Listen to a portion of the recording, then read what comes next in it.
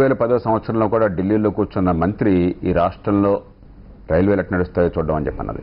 ఇది పూర్తిగా వలస కాలం నాటి ఆలోచన, ఆ కాలం నాటి రీతి. ఈవేళ పోర్టులు మీకు గుర్తుండే ఉంటుంది, ఇటీవల కాలం దాకా జాతీయ స్థాయిలో వాళ్ళ కరుణా కటాక్షాల కోసం మనం వేచి చూడాల్సి వచ్చేది. ఎప్పుడైతే పోర్టులు రాష్ట్రాల్లోనే ప్రైవేట్ భాగస్వామ్యంతో కానీ రాష్ట్ర ప్రభుత్వాలు పెట్టుబడితో కానీ చేసిన అవకాశం వచ్చిందో విపరీతంగా మనకు పోర్టుల సామర్థ్యం పెరిగింది. మన రాష్ట్రంలోనే పోర్టులు అదే పనిగా వస్తున్నాయి. సో ఇప్పుడు కూడా ప్రైవేట్ భాగస్వామ్యం కల్పిస్తారు. ప్రైవేట్ భాగస్వామ్యం రాష్ట్రాలకు అధికారం ఇచ్చేయండి. అసలు ఎందుకు ఇప్పుడు మీరు కొత్త లైన్లు వేసుకోవాలంటే 50 సంవత్సరాల కాలంలో 10,000 కిలోమీటర్లు కూడా వేయలేదు. తెల్లవాడు 1850లో 1860లో మొదలెట్టి 55,000 కిలోమీటర్ల లైన్లు వేయగలిగితే 63 ఏళ్ల స్వతంత్ర భారతంలో మనం ఇప్పటికి కూడా 10,000 కిలోమీటర్ల కొత్త లైన్లు వేసుకోలేదు. సిగ్గుచేటు. అంటే వాడిచ్చిన దాన్ని మనం నడిపిస్తున్నాం అంతే. ఆధునిక ఆర్థిక వ్యవస్థ ఏమవుతుంది దీనివల్ల? మనం 1950తో పోల్చినట్టయితే ఇవాళ బహుశా రవాణా ఒక 20 నుంచి 30 రెట్లు పెరిగి ఉంటుంది. కానీ లైన్లు పెరగల. దానివల్ల ఏమైంది? మొత్తం రోడ్డు రవాణాకి వెళ్ళిపోయింది. 80% ఫ్లీట్ అంతా కూడా రోడ్డు రవాణాకి వెళ్ళింది. 80% పూర్వం రైల్వేల్లో ఉండేది. ప్రపంచంలో ఎక్కడైనా సరే రైల్వేలు ఆర్థిక ప్రగతికి పట్టుకొమ్మలు కావాలి. 88,000 కోట్లు మొత్తం బడ్జెట్ అంతా కలిపి చూపెడుతుంది. ప్రభుత్వానికి ఇచ్చేటువంటి మరి డివిడెండ్ కానీ లేకపోతే ఉద్యోగుల పెన్షన్లు కానీ జీతాలు అన్నీ కలిపి 88,000 కోట్లు. చైనాలో ఒక్క బీజింగ్ నుంచి షాంఘైకి వేస్తున్న ఒక్క రైల్వే లైన్ ఎంతకంటే ఎక్కువ ఖర్చు అవుతుంది, ఒక సింగిల్ లైన్. సో రైల్వే లైన్లు, స్టేషన్లు అన్ని ప్రైవేటైజ్ చేస్తే ఎంత కొంత ప్రైవేట్ భాగస్వామ్యం ఇచ్చేయండి. ప్రైవేటైజేషన్ ఎక్కడ ఉంటే అక్కడ చేసేయండి, పెట్టుబడులను ఆహ్వానించండి, ఈ ప్రభుత్వం గుత్తాధిపత్యాన్ని తీసిపారేయండి. కానీ ఉన్నంతలో గుడ్డులో మళ్ళీ ఈ సంవత్సరం ఎందుకంటే సేఫ్టీ లోపం కనిపిస్తుందేమో ప్రైవేటైజేషన్ వల్ల, లేకపోతే ప్రైవేట్ భాగస్వామ్యం వల్ల కొంత నష్టం జరుగుతుంది. మీరు చూడండి, ట్రాక్ మెయింటెనెన్స్ కానీ లేకపోతే కంట్రోలర్ అని చెప్పంటారు. ఎట్లాగైతే ఎయిర్పోర్ట్ అథారిటీ ఉంటుందో కంట్రోల్ చేయడానికి, అలా ఎయిర్పోర్ట్ అథారిటీ అయితే రైల్వే అథారిటీ పెట్టండి. వారు పూర్తిగా సేఫ్టీ కానీ మిగతా కానీ వారికి నియంత్రణతో ఉంటుంది. కానీ రైలు ఇష్టం వచ్చినట్టుగా రోడ్డు మీద కార్నటువంటి నడపడం ఉండదు. దానికి కొన్ని పద్ధతులు ఉంటాయి. ఆ ఏర్పాటు చేయండి. ప్రపంచంలో చాలా చోట్ల జరుగుతుంది. ఎందుకంటే పెట్టుబడులు కావాలి. ఇప్పుడు మమతా బెనర్జీ గారు చెప్తున్నారు, పాపం ఎంత చేస్తే వాడు చివరికి సంవత్సరం మిగిలింది ఎంతండి?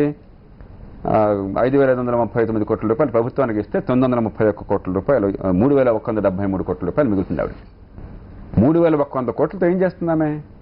ఏం చేయాలని చెప్పన్నా కూడా దేశ అవసరాలు ఏమిటి? ఇంత విశాలమైన భారతదేశం, 117 కోట్ల మంది ఉన్న భారతదేశం 3,000 కోట్లు అంటే రాష్ట్రంలో ఆర్థిక మంత్రి పదవి చేస్తాడు. 3,000 కోట్లు ఏం చేస్తానని చెప్పని. ఇంత పెద్ద దేశంలో మౌలిక సదుపాయాల కోసం ఏం చేయగలుగుతారు? ఆమె చేతిలో ఏం లేదు. 88,000 కోట్ల బడ్జెట్ అంటే ఏ మూలకి వస్తుంది అది?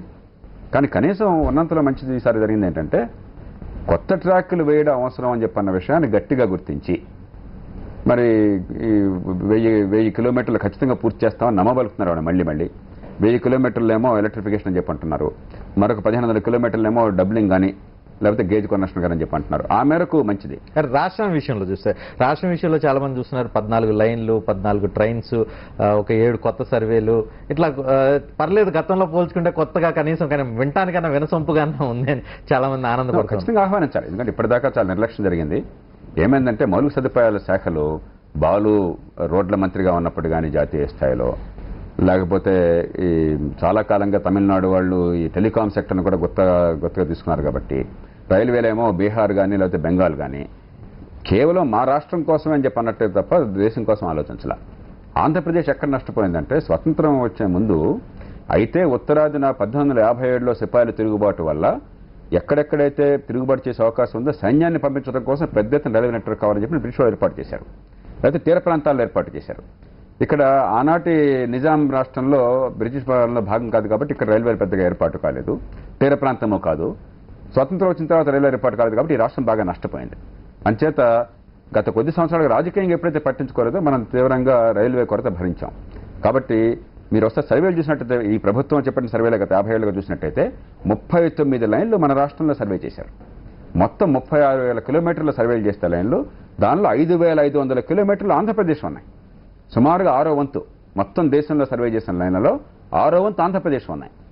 కాబట్టి వచ్చే 10 ఏళ్లలో 2020 కల్లా 25,000 కిలోమీటర్లు చేస్తామని చెప్పంటున్నారు. ఖచ్చితంగా అది చేపట్టి దానిలో మన వాటా 6వ వంతు వస్తే కనీసం 3,000-4,000 కిలోమీటర్లు అయిపోతుంది. రైట్. ప్రస్తుతం మనతో ఢిల్లీ నుంచి మా ప్రతినిధి శ్రవణ్తో కాంగ్రెస్ ఎంపీలు ఉన్నారు కొంతమంది, పొన్నం ప్రభాకర్, హర్ష్ కుమార్. వాళ్ళు ఈ బడ్జెట్ మీద ఏమంటున్నారు, ఆంధ్రకు వచ్చిన కేటాయింపులకు సంబంధించి, ఆంధ్రకు వచ్చిన కొత్త రైళ్లు, కొత్త సర్వే లైన్లు, అదేవిధంగా కొత్త లైన్లకు సంబంధించి ఏమంటున్నారు శ్రవణ్ తెలుసుకుంటారు. శ్రవణ్. రజనీ ఈ రోజు మాత్రం చాలా సంతోషంతో ఉన్నారు. గత 5 సంవత్సరాల పాటు ఆవేదనతో ఉన్న ఎంపీలను, కాంగ్రెస్ ఎంపీలను కానీ ఇతర పార్టీల ఎంపీలను కానీ చూసాం. ఈసారి మాత్రం కాంగ్రెస్ ఎంపీలు ప్రధానంగా వాళ్ళు అయితే సంతోషం వ్యక్తమవుతోంది. చాలా ట్రైన్స్ వచ్చాయని, కొత్త లైన్స్, ఇతరత్ర చాలా ప్రోగ్రామ్స్ వచ్చాయంటున్నారు. సో వాళ్ళ నుంచి అడిగి తెలుసుకుందాం వాళ్ళ సక్సెస్ రహస్యం ఏమిటో. సో మొత్తం మీద ఈ బడ్జెట్ ని ఎట్లా చూస్తున్నారు? 5 సార్లు చాలా ఆవేదనతో ఉన్నారు, ఈసారి ఎట్లా చూస్తున్నారు? పోయిన సంవత్సరం